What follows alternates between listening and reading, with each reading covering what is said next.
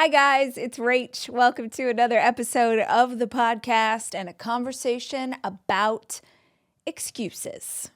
The real reason that you are held back by the excuses made up in your own mind, and it might not be what you think. When it comes to this topic, I think what we've seen most is kind of this like hardcore alpha bro, no excuses, nothing else matters, you have to do the thing, you can't let an excuse hold you back. I'm not gonna lie, there is a version of me when I was younger that loved that kind of idea.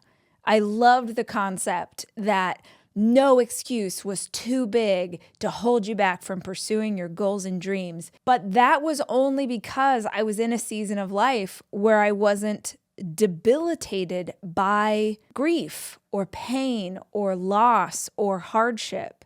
Because saying that there are no excuses big enough to stop you from pursuing your goals just means that you're probably living a pretty okay existence currently. Because there are really good excuses for why this might not be the right time for you to do the thing that you want to do. But my intention with this episode is to hopefully give you some workarounds to those excuses that hold us back and to give you some affirmation and some ideas that you can tell your head the next time it tries to make you quit on something that you're pursuing. First, let's talk about hormones.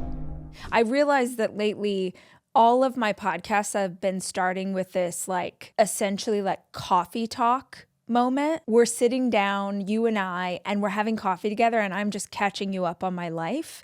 And I'm genuinely loving it. I love sharing with you what's going on, and I hope that it feels like a fun way to enter into conversation.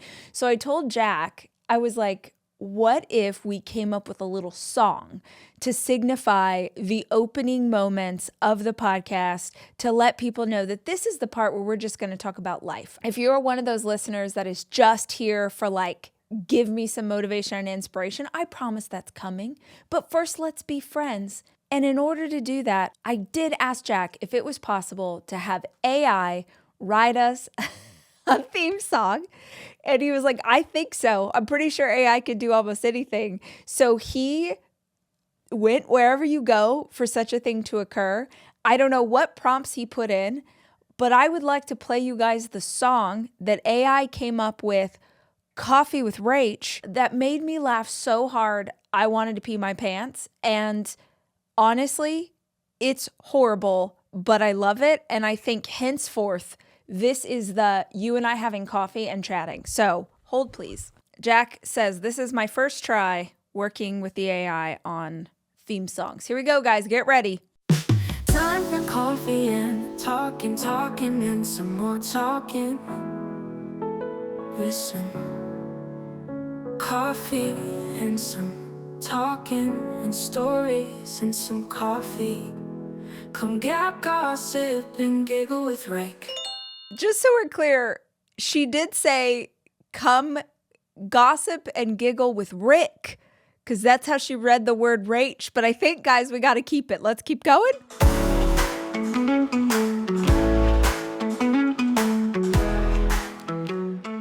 Wow.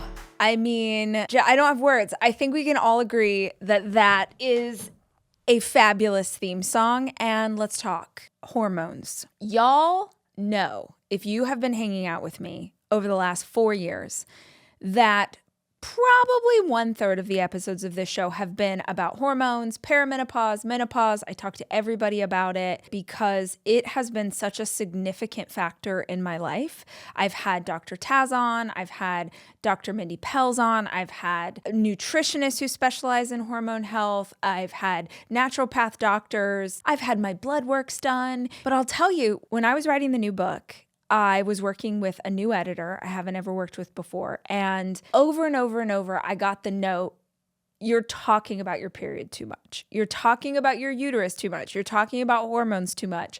Because I bring it up a lot. And I trusted her opinion, and I did pull some of those conversations out of the mix because I definitely don't want you guys as readers to be like, girl, we get it. You have a period. But I was thinking about it this week, and I would like to circle back on how much I talk about my period for this reason. It is really affecting my life. And I just keep thinking that if it is really affecting my life, it must be really affecting y'all's life if you are perimenopausal and experiencing some of the same symptoms that I am. It's not affecting me like a little bit, it's affecting me a lot every single month. And I am doing everything that I know how to do to try and make myself as balanced and healthy as I possibly can when it comes to hormone health. But I honestly think it might be time to try HRT, which is, if you're not familiar, hormone replacement therapy, which is something the doctor has suggested to me for the last couple of years, particularly because my progesterone levels are so low. And I honestly, oh my God, I've tried everything because I don't want to go on any sort of medicine or anything I don't need. Even though if I'm going to do HRT, I will absolutely do bioidentical hormones and, do all the research and figure it out. And I heard recently that there's you can get progesterone from I don't know, yams or something. I might have totally made up where you get them from, but basically that you could do it in a healthy way. I have a friend who's done it. She's found it really helpful, but I was trying as hard as I could to not add anything else to my system and really trusting my body's ability to heal itself and fix itself. So sorry if you are the one random dude who decided to listen today. It's probably time to bail because I'm really going to talk about it. I have such heavy periods. I have such heavy periods that if I was following Google's advice, I would be in the emergency room every single month. If you Google how much bleeding is too much bleeding, I am so far beyond what it is saying. It's hilarious. It's like if you bleed through more than 4 tampons in 2 hours, girl, I am bleeding through 4 ultra tampons in 2 hours. I have another girlfriend who is experiencing the same kind of thing. And this is why I want to talk about it, because I want you to know that you're not alone if you are experiencing this. I can't go out in public. The first couple days of my period, I literally can't go anywhere. Even at home, you guys, I will bleed through everything that I'm wearing. I am wearing period panties, I am wearing ultra tampons, and if I forever use a menstrual cup, but I can't use a menstrual cup on day 1 and 2 because it's so heavy. It's awful. And I have anemia because of how much I'm bleeding, and I'm super pale and I'm cold all the time. And it's so crazy. I woke up the other night and 3:00 in the morning, I just bled all over my bed, all over my bedding. And it was, I didn't even have my period yet. So it wasn't oh, I'm in my period and I knew. No, I just started Niagara Falls, just going bananas. It just sucks. It sucks. And I just know that people stop talking about it. But no, because those of us who are living in this reality, I just don't know how to fix it yet. I don't know how to fix it. And I told you guys a couple weeks ago that I found out that I have cysts in my breast, which is because of hormone imbalance. And I'm just over it. I'm super over it. I can't, I told Kez the other day, I'm it's not getting better. I have really devoted the last 6 months, especially, to really trying to fix this particular problem of bleeding so much. And it is controlling my life. And yeah, so I think I have an appointment tomorrow with a doctor, and I really feel like I'm supposed to try something because, oh my God, I'm so freaking lucky because I work from home. So if I'm sitting here recording this for you right now and I accidentally start bleeding, yeah, I don't want to ruin my furniture, but at least it's at home. I have a girlfriend who's a teacher and was at school and just kept bleeding through everything. And they finally had to go home because it's just nuts.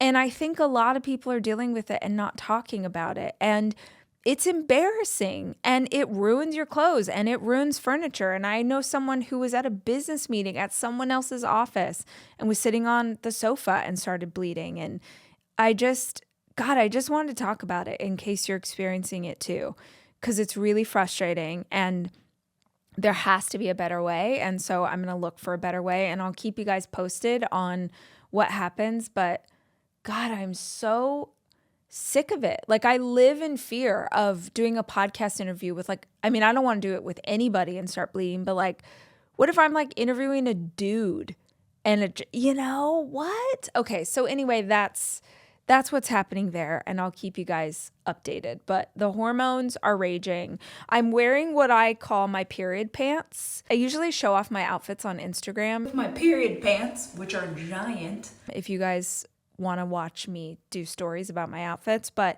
I have more than once done videos about my period pants, which are just sort of oversized black jeans that kind of fit high on the waist. And I love during period season to wear the period pants with a tight fitting top, because I think it's about dressing for emphasizing the good stuff. And during my period, I might be bleeding, but my boobs look fantastic. OMG.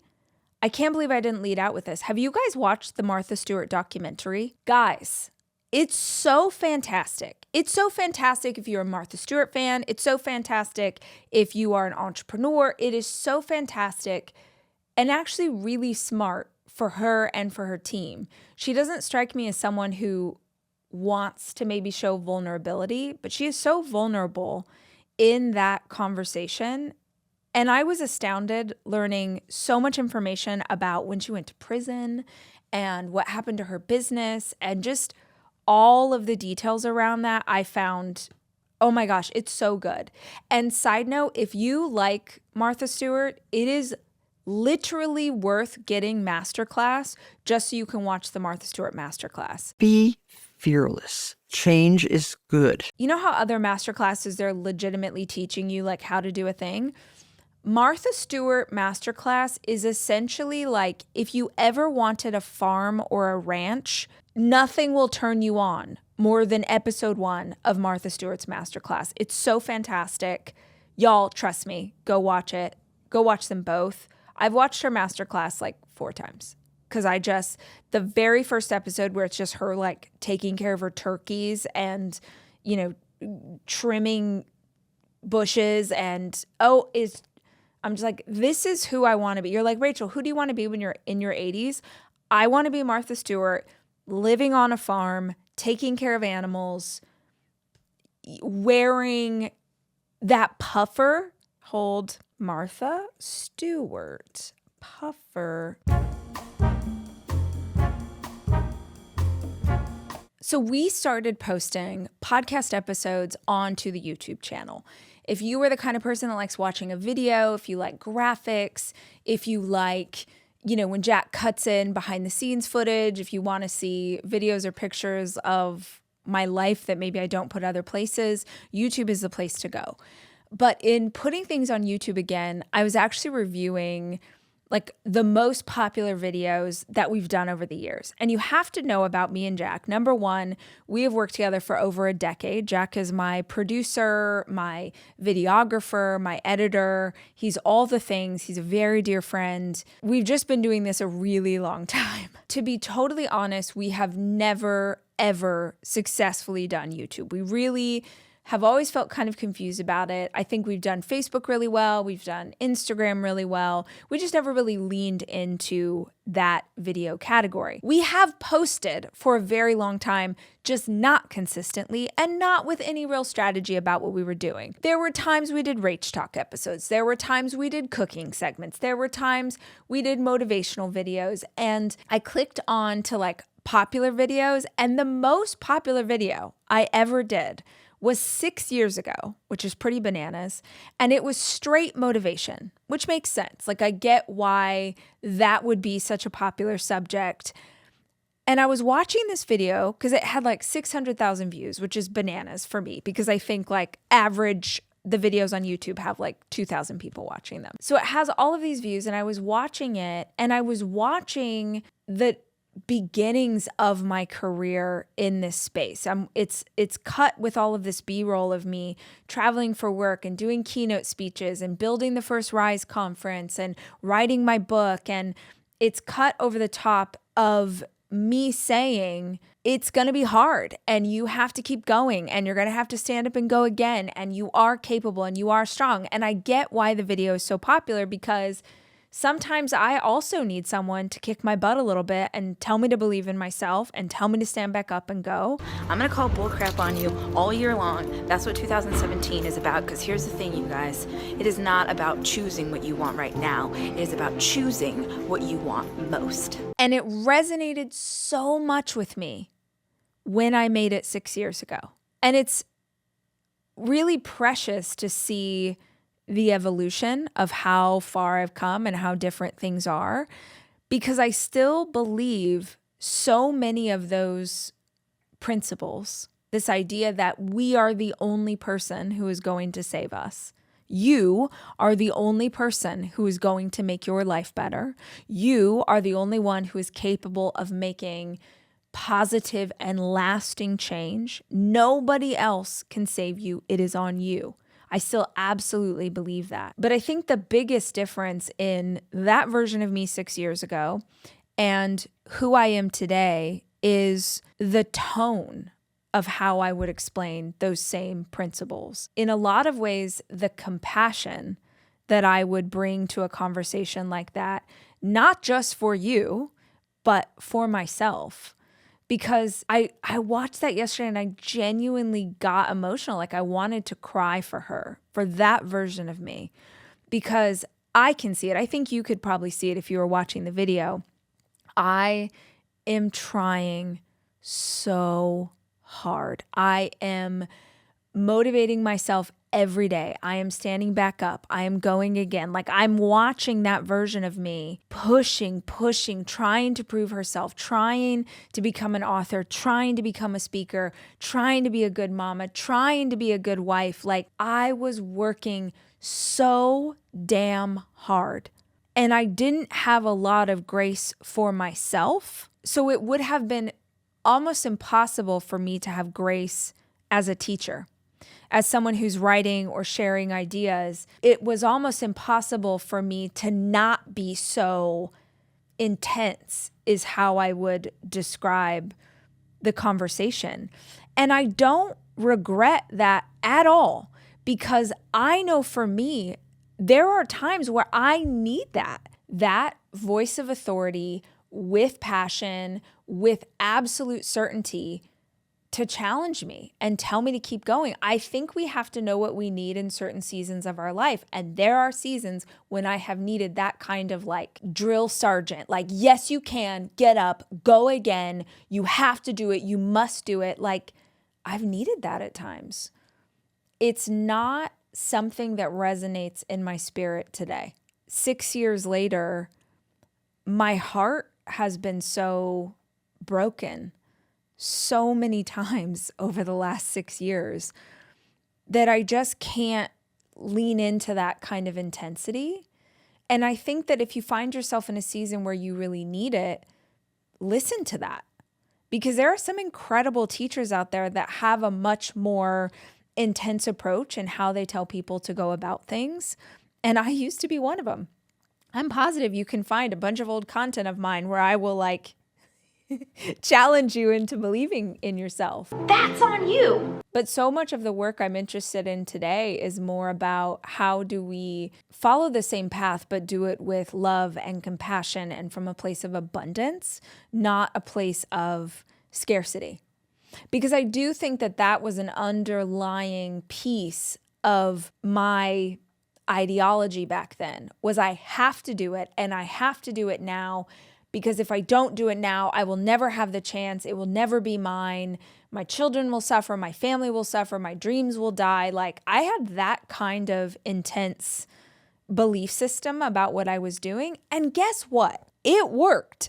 It worked. That way of thinking is 1,000,000% why I began to experience success in my career why I was motivated to write books and make a podcast and build conferences and do all of the things that I've done, it was because of that mentality. So I don't begrudge anybody if they feel like this is the season of hustle. It's just a shift for me now versus me then. But I loved watching that video and seeing how far I've come.